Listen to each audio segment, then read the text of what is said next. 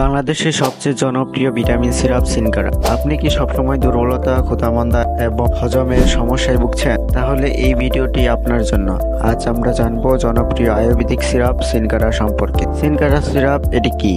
সিনকারা একটি আয়ুর্বেদিক টনিক যা তৈরি হয়েছে বিভিন্ন প্রাকৃতিক ভেষজ থেকে, যেমন অশ্বগন্ধা, শতাবরী, শঙ্কিরি ও অনেক প্রাকৃতিক ভেষজ থেকে তৈরি হয়েছে। এর মূল কাজ হলো দেহের শক্তি ও রক্তের ঘাটতি পূরণ করা। কারা এই ওষুধটা খেতে পারবে?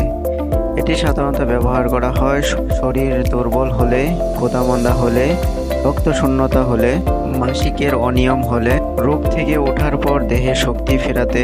রোজও খাওয়ার নিয়ম: বড়দের জন্য দিনে 2 বার 2 চামচ করে খালি পেটে বা খাওয়ার পরেও খাওয়া যায়। শিশুদের জন্য ব্যবহারের পূর্বে ডাক্তারের পরামর্শ নেবেন। কিছু ক্ষেত্রে হালকা পেট গরম, ডেকুর বা পেট অস্থিরতা হতে পারে। ডায়াবেটিস রোগীদের জন্য এটা খাওয়া নিষেধ, কারণ এতে রয়েছে চিনি। গর্ভবতী নারীরা খাওয়ার আগে ডাক্তারের পরামর্শ নেবেন।